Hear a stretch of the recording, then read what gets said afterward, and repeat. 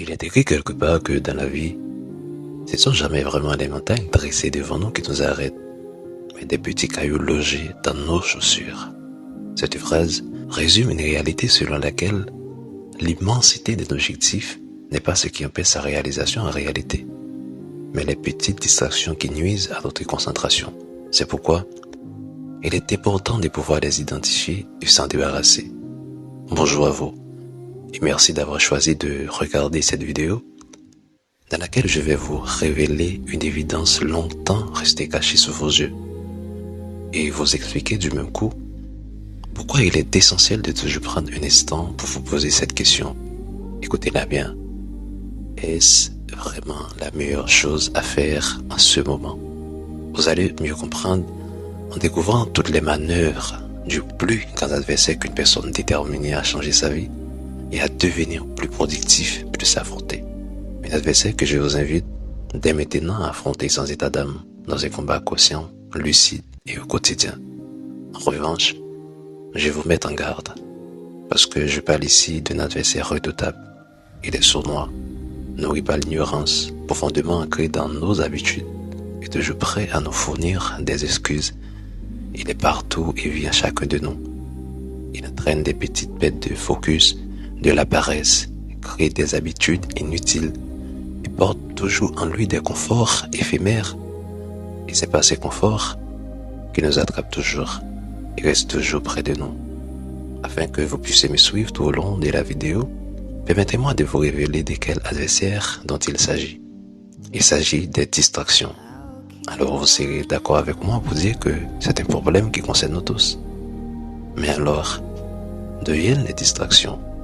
Pourquoi surgissent-elles si facilement? Et surtout, pourquoi est-il si difficile de s'en débarrasser?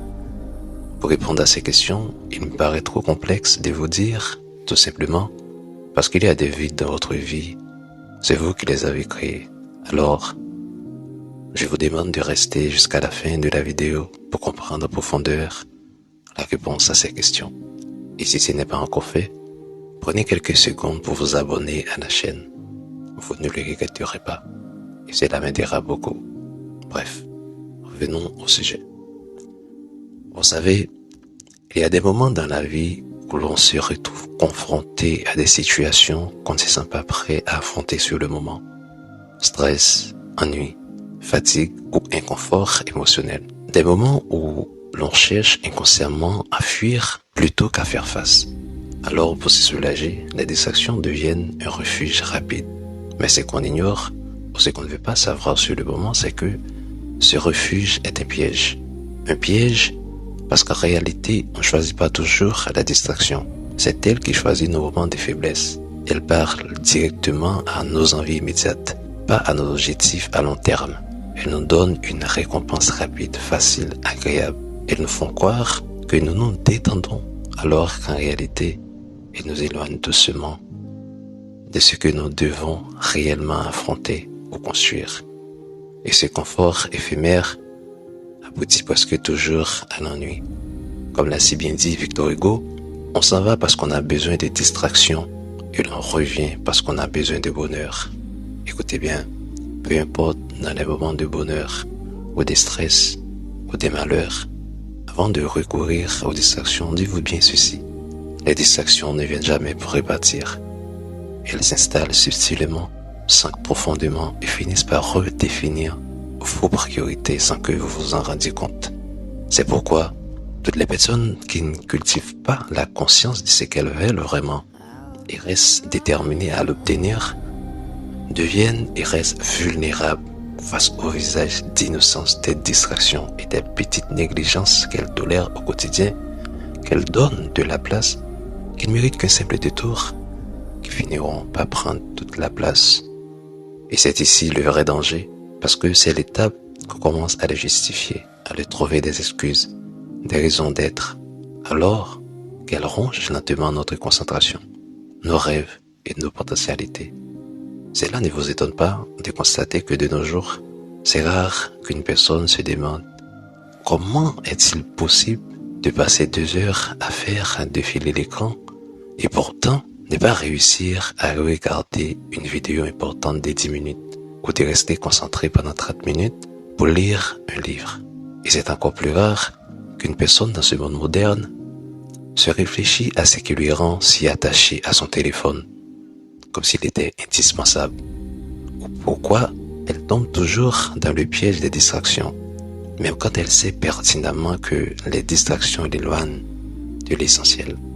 Je l'ai dit et je le répète, les distractions sont pareilles à l'alcool. On boira pour oublier un problème, cependant, ce n'est pas le problème qui disparaîtra, c'est juste la lucidité. Et les distractions comme l'alcool sont addictives.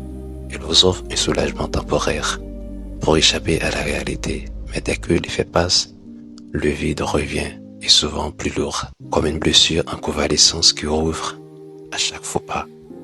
Et plus elle se répète, puis elle vous rend dépendant.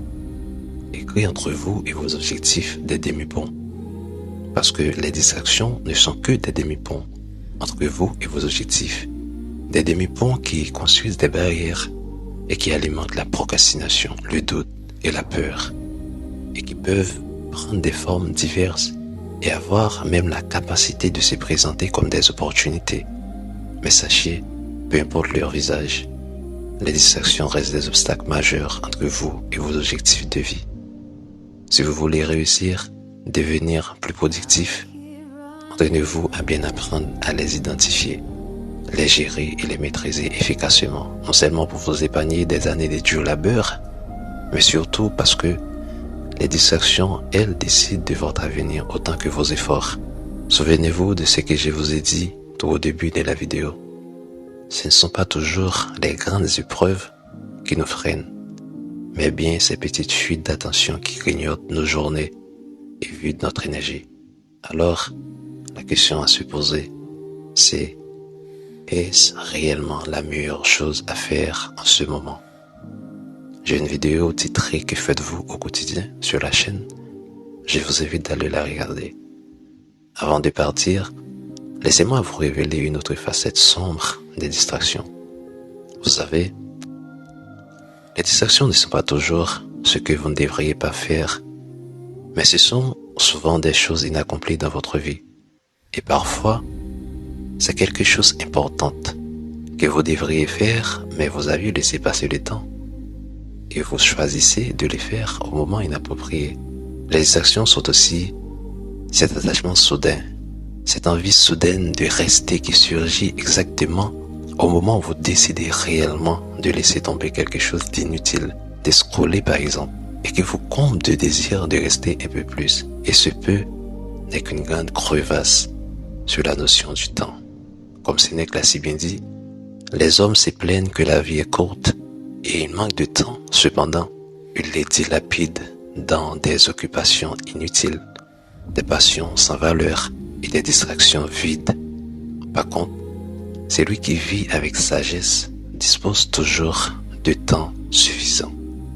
Je sais qu'il n'est pas facile de se libérer des distractions, surtout quand elles se sont transformées en habitude. Mais le rôle de cette chaîne est d'ouvrir vos yeux, de vous rendre conscient. Le reste dépend de vous, car les expériences et les conseils peuvent vous prévenir, mais seule votre détermination peut vous en délivrer. Et sachez que l'homme qui n'est pas prêt à faire des sacrifices progresse peu sur la route la plus praticable, alors que celui qui est déterminé, qui continue à avancer avec un objectif clair, progresse même sur la route la plus impraticable. Pour finir, j'aimerais vous rappeler que le principe ultime reste inchangé. Placez le Dieu Tout-Puissant toujours en premier dans vos plans. Restez toujours aux côtés de ceux qui posent les actions, qui comprennent qu'il n'y a que le présent, le jour et la nuit. Encore merci. N'oubliez pas de vous abonner, d'aimer, de partager, de commenter. Rendez-vous pour la prochaine. C'était Dipi, je me parle en pensant à vous. Bye.